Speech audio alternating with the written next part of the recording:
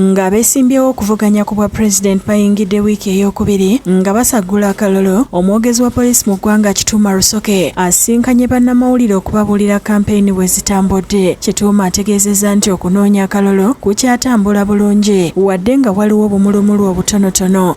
Twayise mu wiiki esooka weewaawo ffe nga security tubala nti twagiyiseemu bulungi wadde wabaddewo okusoomozebwa wano na wali, naye nga bwe tuze tugamba nti akalulu ne bw'osoomozebwa muli oba okimanyi nti tensioni ezo zibaawo. Tumanyi nti bacandidates bali ku pressure ne basupporters baabwe, so mu bifo ebimu oba mu situations ezimu mulaba amaloboozi nga gali wagguluko, naye ffe nga ab'ebitongole ebikuumaddembe tukitegeera.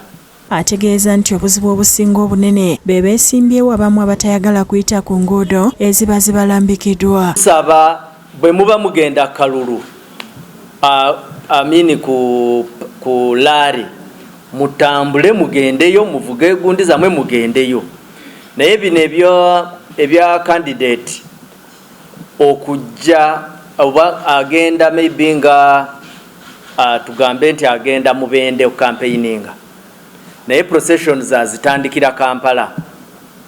Ekintu ekyo tetugenda kikkiriza era tusaba nti temukikola. Asabye abeesimbyewo okukolagana n'ab'ebyokwerinda bagoberere ebiragiro kubanga tebirina kukyusibwa. Naw bwe mumala okukkiriziganya security bwe mala okkiriziganya nammwe nga committee making sure nti mugoberera bye muba mutuuseeko, kubanga obuzibu bwe tutera okufuna iza ate bwe mumala awo ate ne mwagala mukyuse, ate bwe mumala okukyusa ne mukozesa emikutu gyammwe okutandika okublackmailinga n'okuwayiriza poliisi. Naye kye twagala okusaba is that bacandidates bagondere ebiragiro bye tuba tubawa.